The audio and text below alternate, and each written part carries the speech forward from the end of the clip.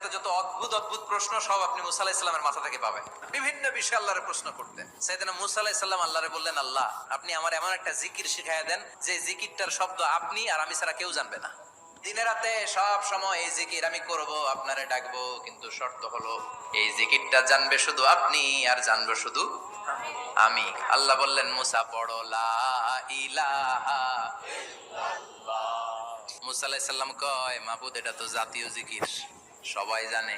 আমি তো চাইছি এক্সেলেন্ট একটা জিকির, কারো কাছে নাই, শুধু আমি জানবো আর আমি পড়বো।